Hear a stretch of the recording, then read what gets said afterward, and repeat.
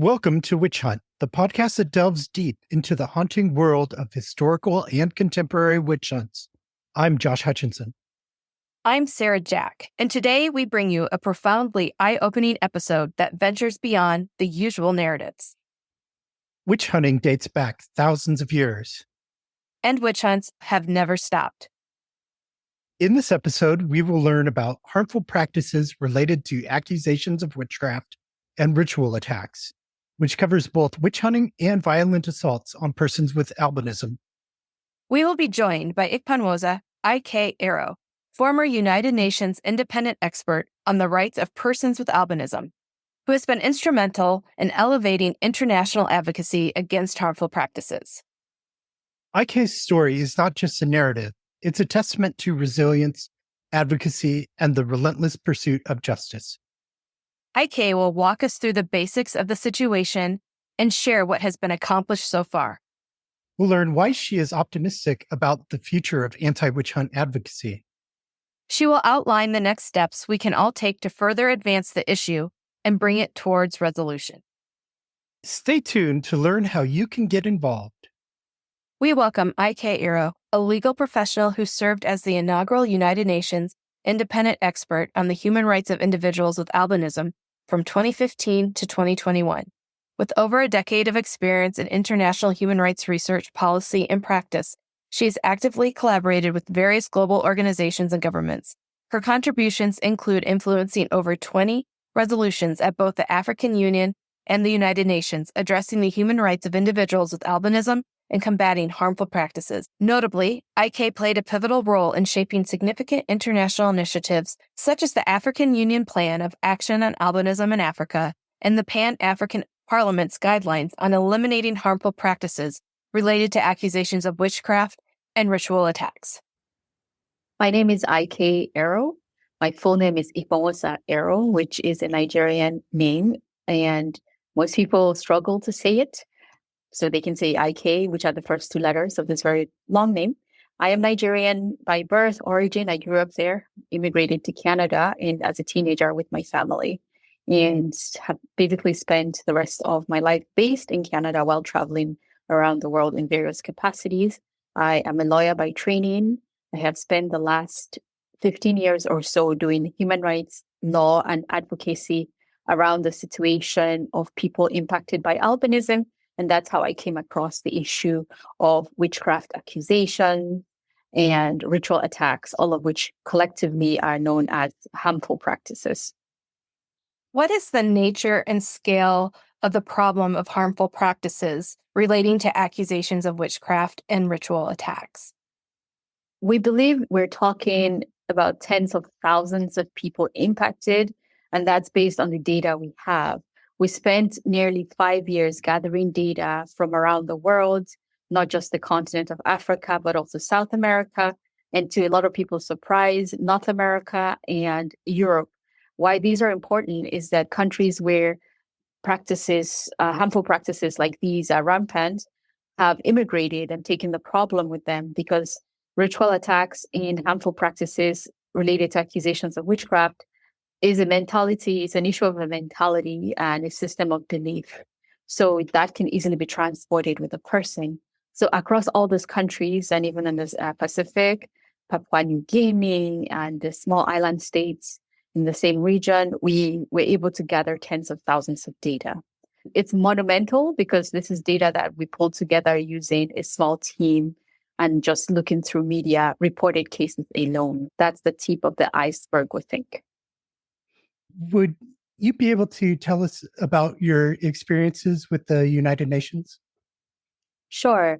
In 2015, the United Nations Human Rights Council, which is the United Nations main office in Geneva, Switzerland, looked into the issue of attacks against people with albinism. So people with albinism, or albinos, as they have been called in the past, are people who have a genetic condition that results in little or no coloring in their hair, skin, and eyes. I myself, I'm a Nigerian, so I'm an African woman, but I have albinism. So I have African features, but I have white skin, blonde hair, blue eyes. This type of appearance has been the subject of harmful practices the United Nations was aware mostly of the situation in Africa, which definitely was the most egregious reported as of that time. So by 2015, there were well close to 200 cases of ritual attacks against people with albinism. These are people who were hunted down and they stand out in their color. It's hard to hide. And being in rare condition, everyone knows where you live. I remember everyone knowing, oh, hey, that girl with albinism lives down there. And so these people were easily hunted, easily found, and their body parts were hacked off, limbs, hair, and fingers. Many times the attacks were done by machetes because there was the belief in witchcraft that if you take it from a live person, the witchcraft potions you make out of those body parts will be more potent. So this belief system led to several scores of people, mostly children, because they're easy to attack and hard for them to fend off several perpetrators, which most of these cases involve more than one attacker. And many of them bled to death from these attacks, known as ritual attacks. And sadly, a lot of the perpetrators were known to the victim. So there was a bit of grooming, or sometimes family members such as stepdads, uncles, were involved in some of these cases, all predicated on the beliefs that these are not human beings. So in 2015, United Nations, the Red Cross had described the situation as a small-scale genocide. And this is where the machinery of human rights kicked in, because human rights doesn't only look at large-scale groups, it also looks at minorities, quantitatively speaking. So in 2015, they appointed a mandate to look into the issue and try to put a stop to it, or at least try to bring the cases to light. And I was the first mandate holder in that position in 2015. I served my 2 full terms until 2021, and it was in the capacity as of mandate holder for people with albinism that I worked on their rights as people with disabilities, on their rights as human beings, and then, of course, on their rights as people who should not be subject, no one essentially should be subject to harmful practices. So that was the first time that witchcraft as a harmful practice came to the fore. Until this mandate, most people were scared to talk about it at the UN because they were afraid of many things, right? How dare we talk about something that are some people's religion, or how do you define this as witchcraft when it's just a crime? Or how can you talk about this when you're like from Europe? And so this is a colonial approach. So I came with several hats on. I came as an African. I came as also someone who understands the Western world, as a naturalized citizen of Canada. I came as a woman, someone who had experienced witchcraft in practice, that witnessed it, who had experienced discrimination on the basis of harmful practices. And so when I brought it up, there was very little challenge anyone could bring back against me as to why I was bringing it up, because I seemed to fit the mold of the kind of person who could bring it up. And so I did. And I'm glad today that several resolutions have been passed. I'm glad today to see the first ever guidelines on this issue on the African continent, which I hope other continents will emulate. So we've come a long way. And above all, we defined the issue. We could define the issue in a way that everyone was happy with. The United Nations passed a resolution in 2021, and then the Pan-African Parliament issued guidelines. What is the significance of those 2 events? The first significant aspect of those 2 initiatives was the conceptualization of the issue, right? Your podcast has witch in it. So now, what does that mean to someone who sees that? It conjures a lot of images, right? So the first thing we had to do was, if we were going to take this bull by the horns in a way that mattered across several countries, we had to come up with a concept that everyone could accept. So the major victory of those initiatives was a working definition. The first victory was a working definition. And the definition we came up with was not to define witchcraft, because this is where we're getting hung up. We had several events at the UN, and there would be arguments and counter arguments as to what witchcraft was. Some people were like, this is something that was a colonial label for something that was a cultural practice. Some people said what you're calling witchcraft is actually criminal activity and shouldn't be confused. Some called it a religion. Some said it's a Eurocentric word that doesn't translate into other people's culture. Then finally, we said, look, one thing we all agree with is that no one should be harmed in the name of witchcraft. Whether you are a practitioner of witchcraft today as a religion, a culture, or you're an academic who thinks it's a Eurocentric word or what have you, we all agree that nobody's body part should be cut off. Nobody should be subject to torture and cruel, inhuman, and degrading treatment and punishment in the name of anything. And since harmful practices have been linked to witchcraft, we all know that it's condemnable. So we agreed on that. Okay. The second thing we agreed on was what exactly is harmful practice? Let's make sure we know what that is. Like if I discipline my child and say, go to your room, is that a harmful practice? Versus someone who cuts off someone's hair to go use it in a practice of witchcraft for good luck. What is condemnable under human rights law, under criminal law? So in the end, what we were fortunate about is the UN already had a definition of harmful practice because of female genital mutilation, early child marriages. These are practices that are very well known around the world because they've been classified as harmful practice, because the United Nations had come up with a criteria for determining harmful, what exactly falls under this phrase, harmful practice that is condemnable and could be criminal. So they included criteria such as their practices and customs that seem intractable or unchangeable in society, and they cause several types of degradation or affront to human dignity. So it's very well laid out what this criteria was. So what we did was we took that already established term and linked it to this not so established term, witchcraft, which is being appropriated in these crimes. So we said harmful practices related to witchcraft. And instead of saying, let's have resolutions on witchcraft, we had, let's have resolutions and a guideline on harmful practices related to witchcraft. And then we expounded on that, saying harmful practices related to accusations of witchcraft. And then I fought to have and ritual attacks included, because ritual attacks is not necessarily witchcraft practice, but in many cultures in Africa, it is linked. It is linked because it's all about this supernatural use of power to allegedly cause harm to someone. So I fought to put ritual attacks under the umbrella. And that was the biggest accomplishment we have, because once we got over this consensus of what we're talking about, then everything else was faster, even though it wasn't smooth sailing. So our biggest accomplishment was understanding what we're talking about, agreeing to condemn what we needed to condemn. And then now we have guidelines that show on the African continent, as you said, the Pan-African Parliament developed these guidelines with my support, saying, okay, this is what governments can do to bring an end to the beliefs that enable these attacks and these harmful practices. And at the resolution level, there was more of a recognition at the United Nations of putting these harmful practices under the catalog of the umbrella term of harmful practices. So now it's not only female genital mutilation and early childhood marriage, it's now also accusation of witchcraft and ritual attacks. In your talk recently for the International Network Against Accusations of Witchcraft and Associated Harmful Practices, you had spoken about applying a human rights framework to the concept of harmful practices. What is the significance of the human rights framework in this context? The significance of using a human rights framework is that human rights, first of all, centers on the human, right? That's why they're called human rights. And human dignity is paramount, is priority.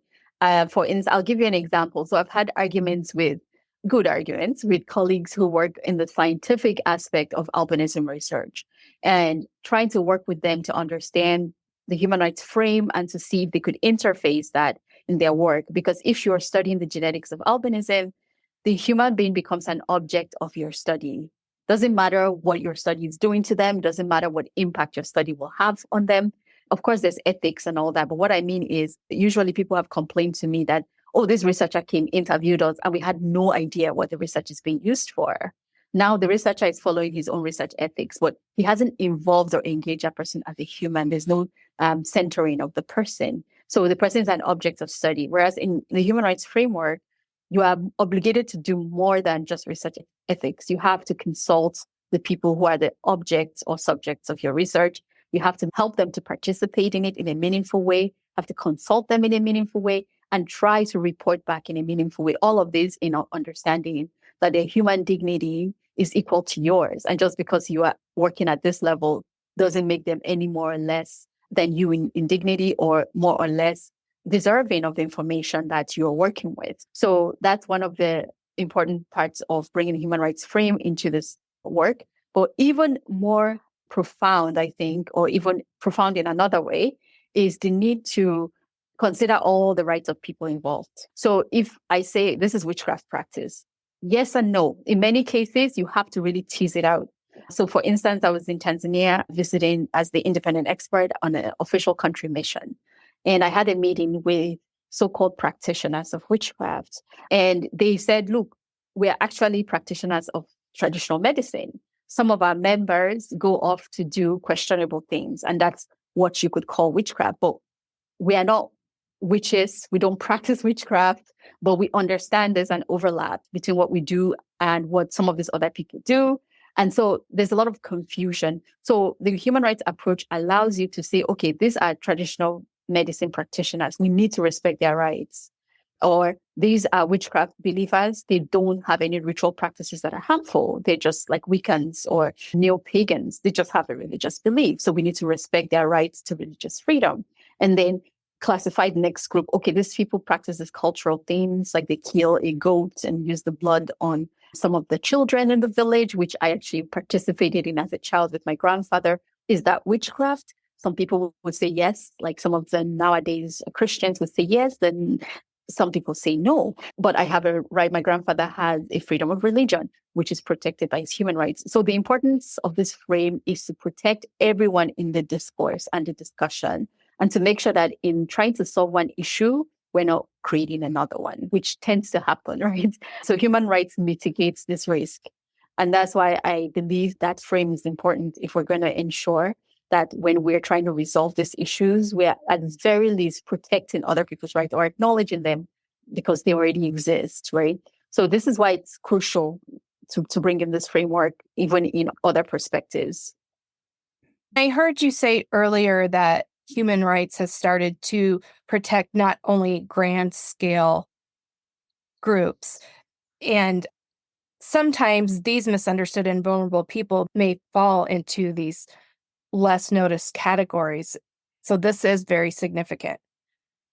Exactly. And again, that's a good point, because this is also why the human rights framework is very useful, because it has a way of treating people who are minorities, numbers or minorities according to the Declaration on Minorities, which has classifications of what that means. People who belong to a peculiar ethnic group or peculiar culture, peculiar religious or heritage. So there's that type of minority, and there's also the minority by numbers. Either way, they are protected under the law. And bringing in the human rights framework gives you an added advantage, because there are established standards on how to ensure that just because they are few doesn't mean they should be ignored. I had to confront that all the time when I was on the mandate, because I would visit a country and they would look at me like, okay, your colleague came last year and she came to deal with violence against women, or she came to deal with women in law, and you're talking about nearly half the population. And then I show up and I'm like, let's talk about people with albinism who are maybe less than 0.01%. Like in a country like Tanzania, there could be like 30,000 people with albinism out of like 55 million people. So in terms of government planning and budgeting processes or like macro system, you're talking very little. But I had to show them that, well, that's exactly why you should do it, because it only takes 1 year of your focus or 5 years of your focus to transform their lives, because they're not many.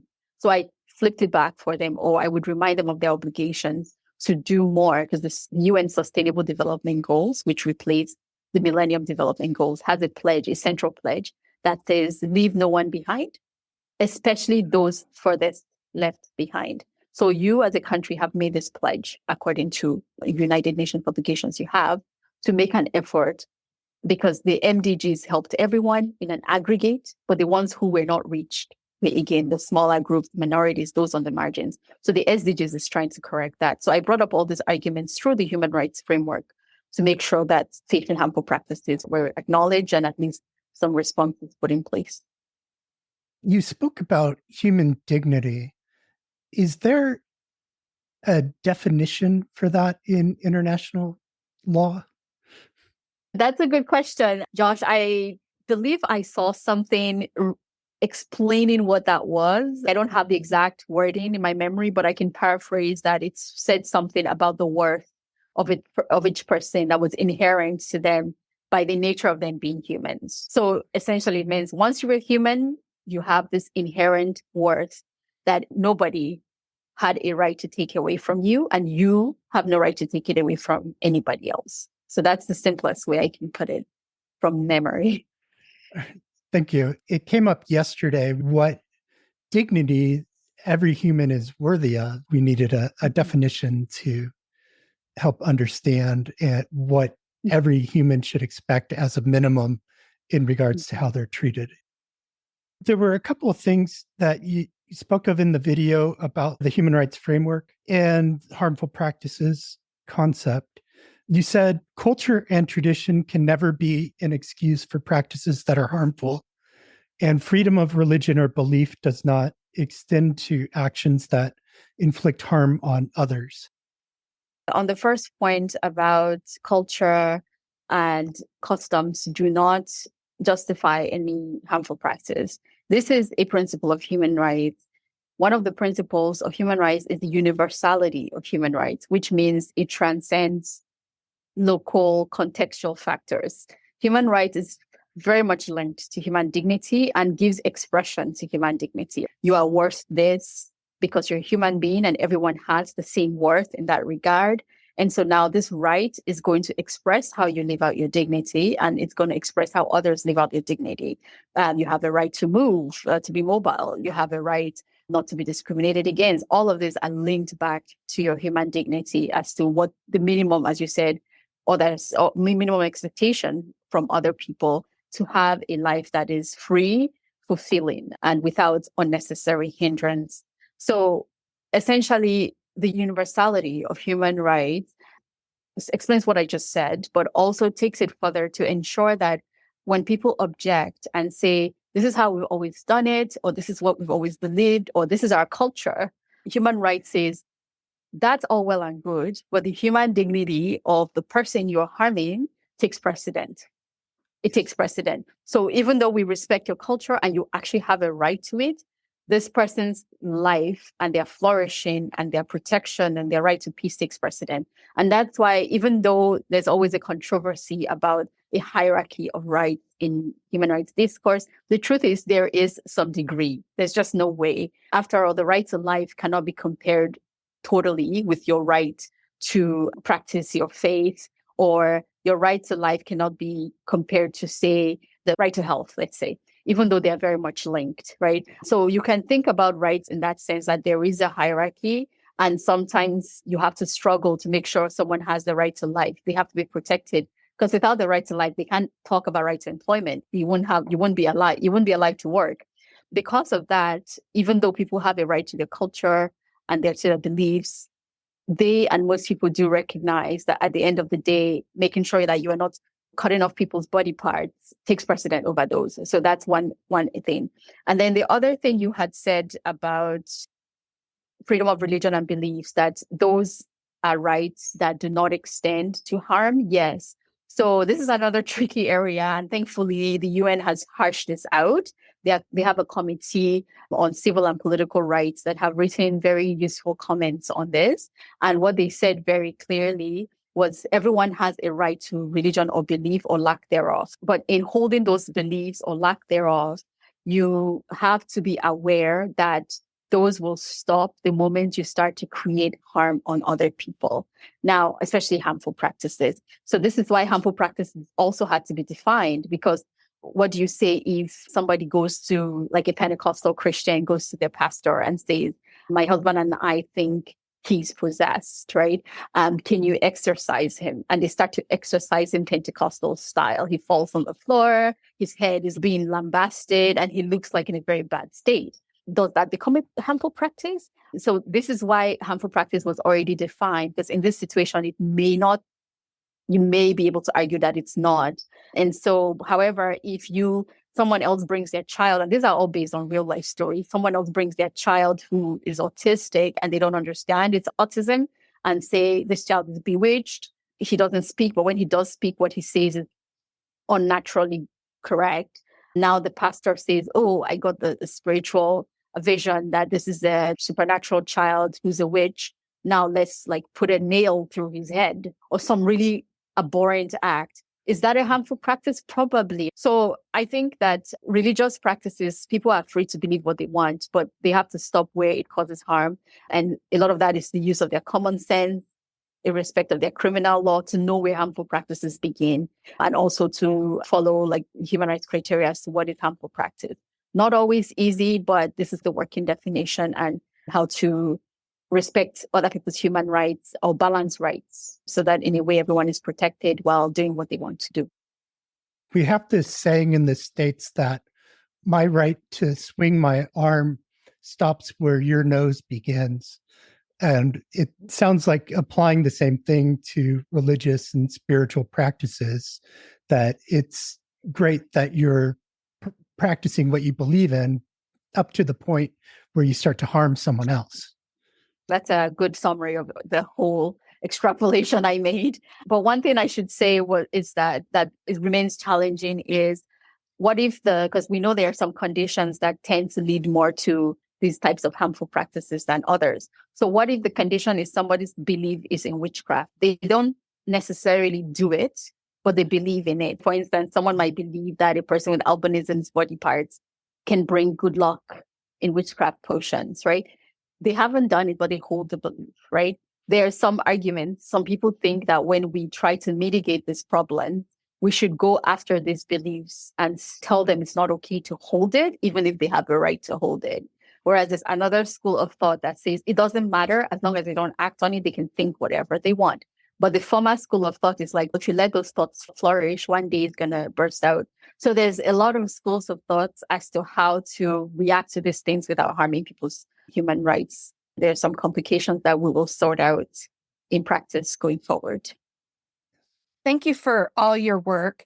And in your recent keynote, you were able to express optimism about the efforts that you accomplished, what milestones they were. What good outcomes can we look for?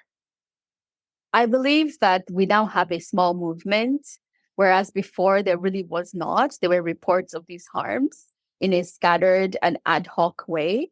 However, we now have a group of academics and advocates who have come together to do more in a strategic way, to build on the work of the resolutions and of the guidelines. I think we started off at -5, and now we are on ground zero, or at least a few points ahead of that. Now that the foundation is laid, I don't think we could ever go back to where we were, where we couldn't name these issues and where we couldn't call on any types of concepts to protect people as easily. So I am optimistic, because now what seems to remain is good strategic work going forward, taking what has been done and making a buffet out of it so that the changes become real to the people we're trying to protect. All we need now is not so much fighting about concepts, which is really huge and draining, but more about strategic movement building and making into reality things that already exist. I'm afraid, though, that the movement is not like a well-funded oily machine, but I do believe that those who are at the helm of it have the necessary passion, knowledge, and skill to do a lot with what they have. So this is where my optimism is coming from. Yes. And you have outlined several next steps. One that you outlined was the ongoing popularization of the UN resolution. How important is that, and how can that be done? It's very important that people understand what has been achieved in terms of the understanding of how the issue is, right? Now you still mention witchcraft practices to people, and they're still thinking the lady on the broom with the Halloween hat. We've gone past that into the postmodern forms of witchcraft, the same way as there's a huge literature on modern day slavery. We need to get these issues about so-called accusation of witchcraft and ritual attacks into the modern parlance. People need to be aware that there's a modern form of what they think is more medieval. So we need to do some catch up. And this can happen through a lot of social media engagement, even small videos with little animated cartoons, or like feeding information into AI, since people are relying on that more. And then also having campaigns with campaign organizations like AVAs or AVAs, I don't know how to pronounce them. We're really interested in this issue at some point. And as we're negotiating with them, the resolution passed, and it went moot because they were going to help us have a campaign to get the resolution adopted. But I think it's worth revisiting, going back to them or Amnesty International, some kind of campaign organization or organizations working on elderly people, because this is a rising issue as the world slowly ages. The issue of the elderly is going to be more front and center, and organizations taking that on, such as Human Rights Watch, need to be brought into the fore to get them to have campaign messages in which we can insert things about accusation of witchcraft, ritual attacks, trying to get people to see it as part of the catalog of harmful practices, so that even those doing early child marriages, female genital mutilation, can add that to their catalog. This is all very much related, especially since women tend to be the majority of the victims of all of these harmful practices. So these are some of the ways we can carry out the campaign and to popularize the resolution and the guidelines. You talked about replicating the Pan-African Parliament guidelines in other locations. Could you explain the need for that and how that might work? So Africa is one that we focused on for several reasons, including the type of mandate I had. But when we had a few workshops, we realized that some other regions also had similar harmful practices, especially like in Papua New Guinea, which is like in the Pacific region, some parts of South America. So we believe, and even some parts of Europe who have taken in immigrants, right? So we believe that some other continents, many of which have their own continent-wide parliaments, like the Pan-African Parliament, because many of them have similar mandates to issue guidelines, could also have this as part of their work, their mandate, either to do it as a standalone or part of a directive on immigration and how to deal with the protection of minors or protection of people in vulnerable situations who come in through immigration. So we are hoping that if Africa did it, as they say, what's good for Africa is good for everywhere else, because Africa is uniquely has diversity in everything. And it's one thing people don't realize, like they talk about Africa as a monolith, but the most diverse of everything is there. If we're able to overcome those differences to agree on this, we believe that the foundation has been laid again. And it's just a matter of taking those guidelines and adapting them to regions after consulting with the local activists. There's several activists at local level trying to prevent these crimes, working with them, consulting with them. And even if parliaments at the continental level cannot do it, then they have continent-wide national human rights institutes that work continentally to drive practices in human rights. And those can have issue guidelines, like nothing is stopping them from issuing guidelines. And it was a lot of work to get this work off the ground because we're conceptualizing as we're drafting. We've done all the hard work for them. So there really is no reason for them to not have one at this point. So we're hoping that it will get replicated and adapted to their own context. In what ways does continuing to gather data propel things forward? Data is one of the things people cannot argue with, although nowadays that's changing a little bit with artificial intelligence and the incredible technology-driven ability to alter data. However, for the most part, data can still be useful if it is something that is traceable, it has traceability. For instance, when I recorded cases of people attacked people with albinism, I work at an organization called Under the Same Sun, where we have over a decade of attack data. Each case is traceable, at least 90% of them, because we have down to their villages. And I learned that strategy from the International Criminal Court because I worked there at the time. And so as long as data is that good, they're real, they're traceable, they're protected, but available, people will always believe it's hard to fight against people who have data. And we try to replicate that with the witchcraft related data that we gathered with this new movement. And so I believe that convincing people, persuading them, as they say, when it comes to the C-suite or the high levels of decision-making bodies or authorities, at that point, communication, persuasiveness become very useful skills. And the only thing that can make that better is data. And I saw that happen with albinism, was one of the reasons we were able to get as far as we did, both on my mandate and even on this issue in particular, was to say, look, this is what's happening. This is the data. What are you can't argue with data. You really cannot.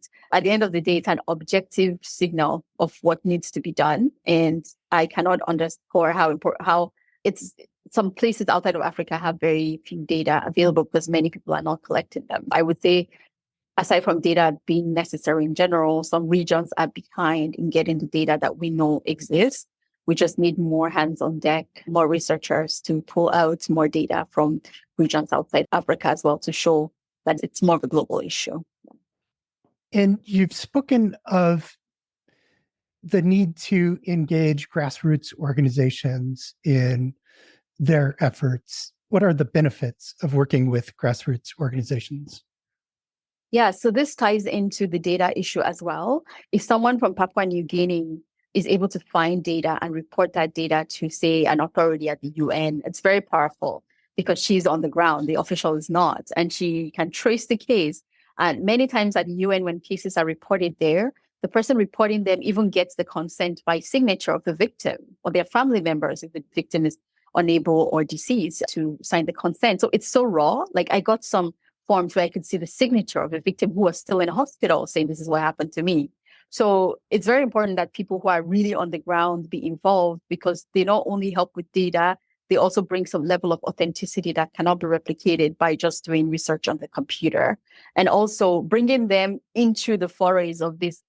So bringing grassroots people into the processes at the UN of how to report to this expert, how to report to this mandate or the Human Rights Council, this processes to how to do it, then that really gives them a power that maybe they don't think they have. It also puts accountability on the government because imagine Mrs. A reporting to the UN about a case in Papua New Guinea. Now the government will be embarrassed at the UN and want to do something. So it's a way of getting accountability much quicker, bringing authenticity, bringing data, empowering the local activists with other ways of getting things done. So you spoke about bringing a test case before the United Nations. How would that work and what would be the benefit of doing that? Essentially, the UN has some quasi-judicial bodies called committees who function under what are often known as optional protocol to conventions. So there are conventions and then optional protocol to that convention, which allows complaints to be brought before the committee. So as an example, there's a committee on the rights of people with disabilities called the Convention on the Rights of People with Disabilities, the CRPD. It's an international law that sets standards on how people with disabilities ought to be treated within human rights. So CRPD has a committee that checks compliance. Yeah, so there's a committee of the CRPD. Now they have an optional protocol to the CRPD by which the committee assesses cases brought by individuals. So now what we had done as part of our advocacy strategy, working on the rights of people with albinism some years back, was we brought a test case before the committee governing the optional protocol. There was a woman who had been attacked. They cut off both of her arms. She bled so much they had to amputate both of them. So now she went from a woman with albinism to someone who had now multiple disabilities, albinism being only one of them at this point, cannot feed her son, who was less than 10 years old, her other kid. Like completely caused havoc in her life, to put it lightly. So we took her case among others. Then we actually combined all three of them. We got the support of a human rights clinic at a university in Africa called the University of Pretoria, South Africa. So this is another strategy. Lots of universities have this human rights clinics at Faculty of Laws where the students are just buzzing with energy to do something to make a difference. And this is an excellent opportunity for them to put their work into practice while benefiting those who were survivors or victims of these atrocities. So what we did with these cases, we combined the three of them, this woman being one of them, and we brought them before the optional protocol. It took 2 years because that's how long it takes. They don't have all the resources in the world to work faster. But at the end, the decision was so strong in favor of the victims, and they requested the country to bring remedies, legal remedies, social remedies, economic remedies. I mean, you can't compensate people like that, but you can do as much as you can to provide some remedies. So they asked the government to provide these remedies. And now we as advocates at that point, what we had to do was follow up with that. First, we went to the press and did a press release and made a whole buffet of this thing. And we're the government has to do all these things to remediate. We brought in the survivors to speak on their own behalf. They expressed contentment. Their cases never went through the local court, but it went through the optional protocol. In a way, they got justice. So even if the government fails to provide remedies, they know that they were vindicated, even though evidently they were victims. But nonetheless, this is the power of those cases, is that you can make a huge buffet out of it and put fire under the feet of the government. And even though they only supported to some extent those remedies or provided, what they did was the next time they were called to the UN to give accounts for their implementing other human rights obligations, because almost every country has a report under each convention that they ratified, how they're implementing it. They felt obligated always to provide an update. Oh, on the situation of people with albinism, we're doing X, Y, Z, because this case against them is public, it's published, and there's a level of embarrassment. There's a lot of benefits that could come out of a test case. So if we bring a case of someone who, say, was burnt to death because of an accusation, whereas they were like 70-year-old woman having early stages of dementia, that's an excellent case. I mean, it's terrible, but excellent opportunity to make those countries realize that we are watching you. We are watching you. And we know this is happening in your country. You better do something about it. So far, I don't think there's been that type of case from what I know. And so I think it could be really useful to try to do that. How will partnerships with international organizations that are working on related issues be a key strategy? It's a key strategy because people are overwhelmed in activism. I'm sure you have an awareness of that. There's a lot of issues in this world. At some point when I was going to places to give talks or presentations, you could see in people's faces, especially in people working in human rights and development, they're just like, okay, what else? What other craziness is happening in this world that I should add to my agenda? Or what other craziness is happening in this world that I really cannot take on because I'm up to here, right? So it is a strategy really to be realistic that the people who are working in the field of human rights are human as well. And there's only so much a human being can take. And if you want to help them to help you, you have to show how your work fits into their existing work, right? So for instance, if you're working on, Sarah, you're working on climate change, right? And then I show up to your office and I start talking about attacks, ritual attacks against people with albinism. You might just be like, okay, that's sad, but I can't help you because I'm going to cope in Dubai and I'm like up to here and work. But if I come to you and then suddenly I only raise another aspect that overlaps with yours, then for instance, I could say, Sarah, there's a lot of people with albinism who are dying because of climate change. UV rays are rising in many countries. And because of that, many of them are not able to work outdoors or they're dying more rapidly from skin cancer. All of this is true, by the way.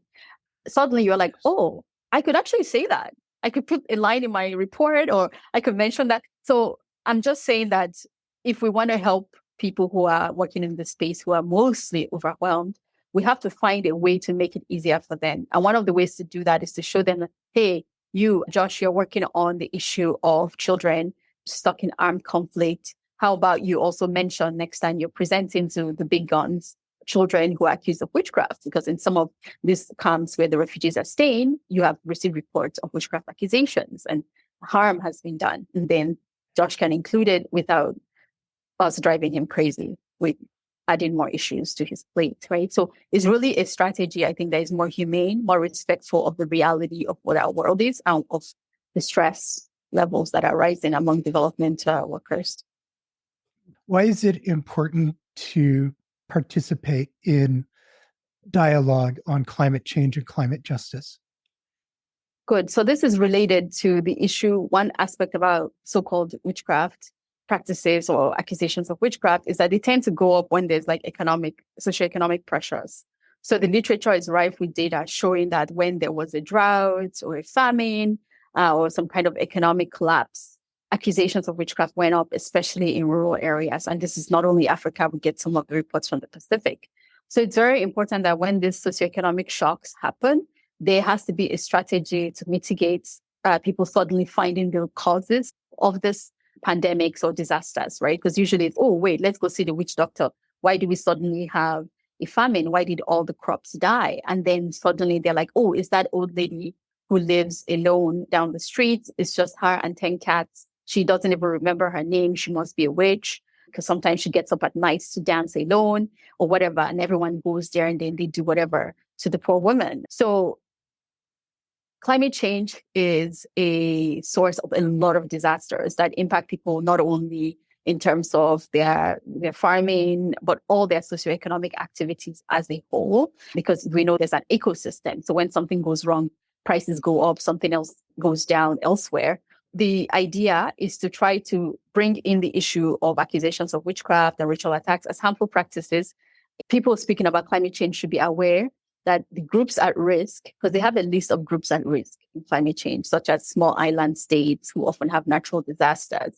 We need to add our indigenous communities. We need to have in that list of groups at risk, where it says bring in maybe women, bring in people with disabilities, then it's up to us to go advocate to say, especially those who are vulnerable to being accused of witchcraft or vulnerable to ritual attacks. So people are aware in their work on climate change and groups at risk already that there could be these cultural issues popping up, and it gives it a certain level of awareness to say, like somebody manning a refugee camp in a drought impacted country, to be on the lookout and to do some sensitization, like when they talk to people about hygiene, then add in just a paragraph about, okay, if you have a belief system that somebody has done something wrong to you, you cannot harm them, you must come to me and report it, so that there's a kind of management of the situation. These are just tweaks, right, that could really make a huge difference in protecting vulnerable people.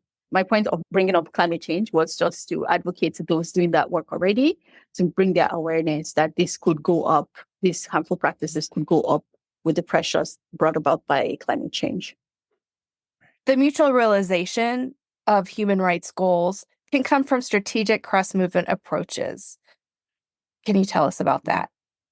Mm-hmm. It relates to what I said about how to bring the issue to people already working on other thematic areas. It's related to that.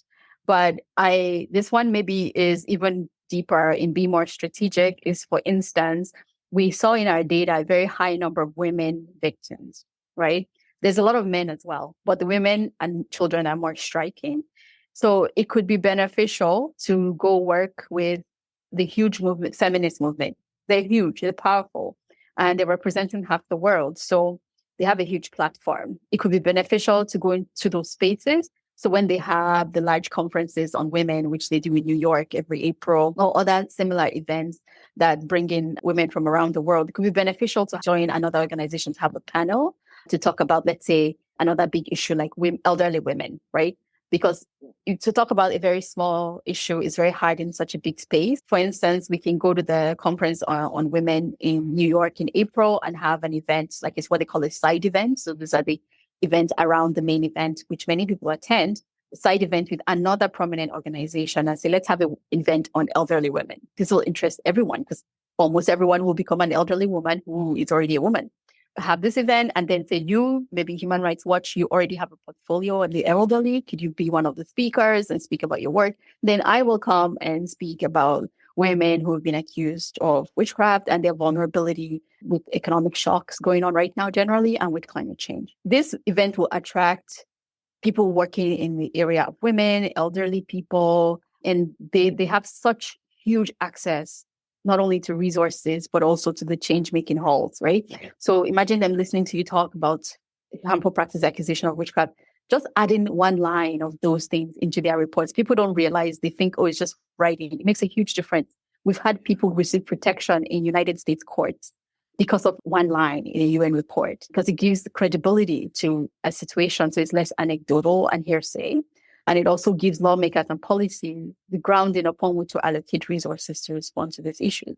Doing that for women, for instance, and then doing the same on children. I got major inroads working with the Secretary General's envoy on violence against children. So I worked with her a lot in respect of bringing the issue of accusation of witchcraft and ritual attacks on children into her mandate, because it's violence against children. And she has many important reports where she mentioned the issue now. So this is another strategy, but I was calling for a more ongoing one, where if they have a network of feminist organization or women-based organization that we can find a seat on as a movement fighting these types of harmful practices, so that the issue is constant and becomes more normalized.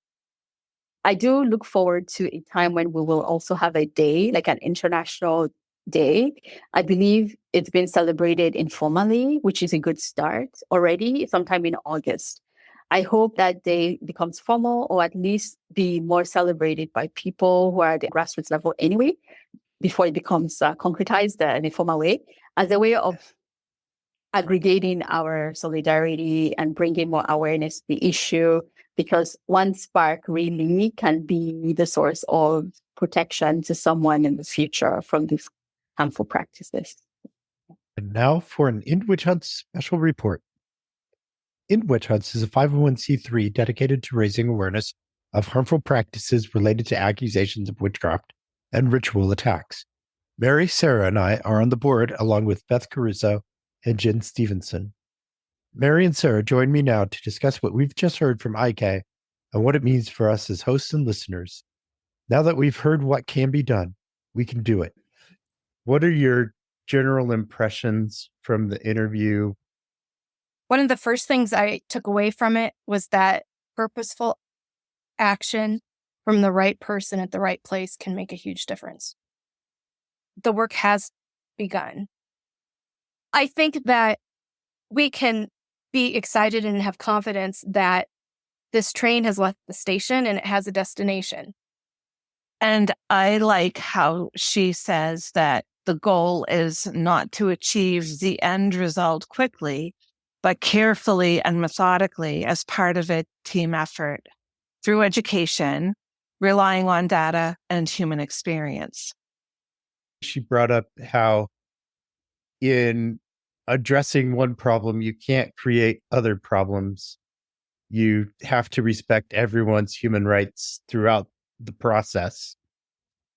And how she talked about the absoluteness of human rights.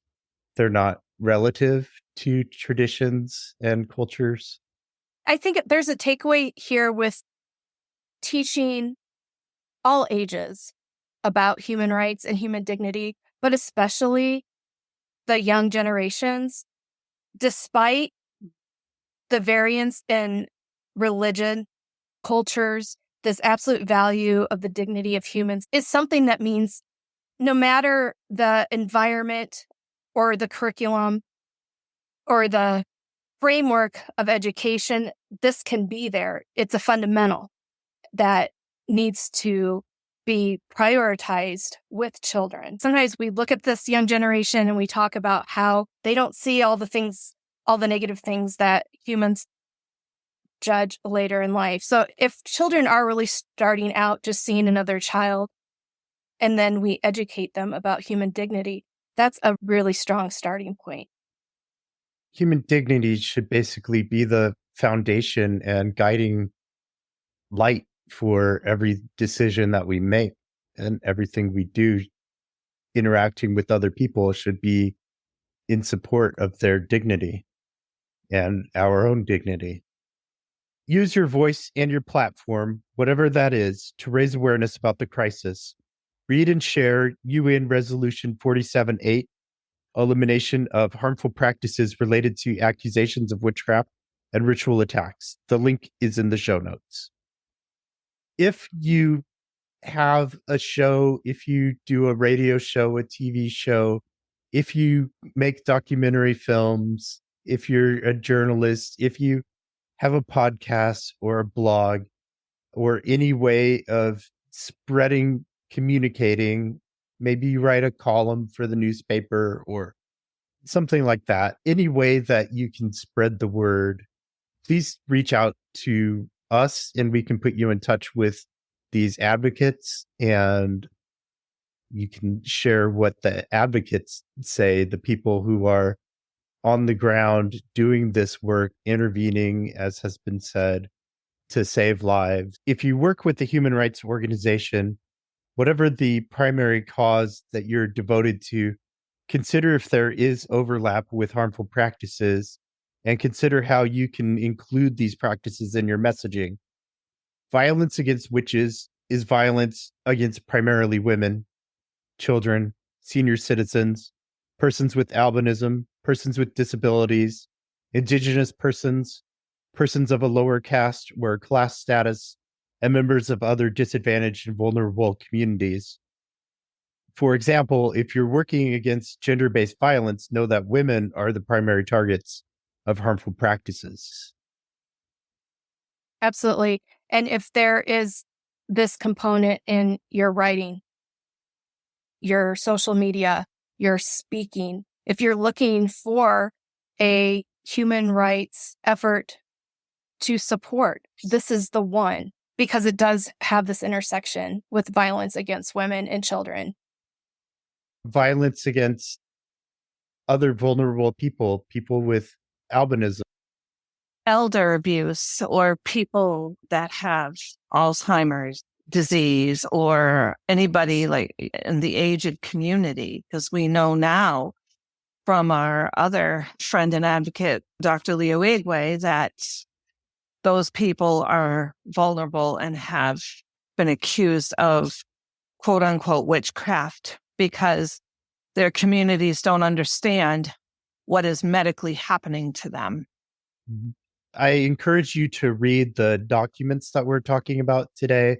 The United Nations resolution, there's a United Nations report that came out in March of 2023 that is very good on breaking down the current situation and what's happened over the last decade or so.